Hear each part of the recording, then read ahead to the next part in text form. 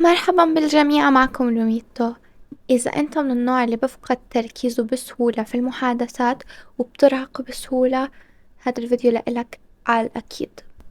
عشان تزيد من تركيزك في المحادثات وتتجنب أكيد الإرهاق، لازم تتبع هاي النصائح اللي رح أقول لك إياها.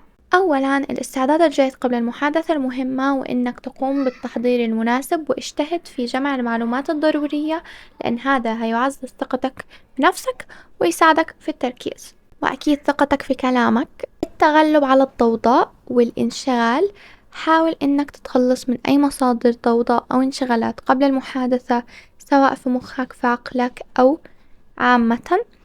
وابحث عن المكان الهادئ والمريح، وقم بإيقاف الهواتف المحمولة أو تأمين وقت مخصص للمحادثة. الاستماع الجيد، اجعل من الاستماع الفعال جزء من تركيزك، وحاول أن تكون حاضر ومهتم بكل كلمة يتم قولها، وتجنب التشتت والتفكير في أمور أخرى أثناء المحادثة. أكيد التنفس العميق قبل وأثناء المحادثة. قم بأخذ بعض الأنفاس العميقة للسيطرة على التوتر وتهدئة العقل، وهذا سيساعدك على البقاء هادئا ومركزا. خامسا، ممارسة التأمل، أو اللي هو تقعد هيك مع نفسك وتصفي ذهنك قبل المحادثة المهمة.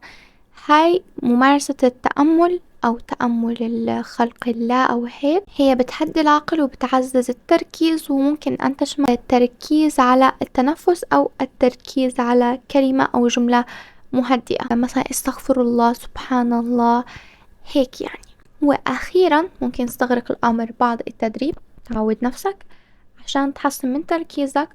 وعشان هيك لازم تمارس كل هاي النصائح بانتظام، وتقيم النتائج لتحديد ما إذا هيعمل هذا بشكل أفضل بالنسبة لك، أو إذا رح يكون عندك طرقك الخاصة، أو إذا رح يكون عندك طرقك الخاصة.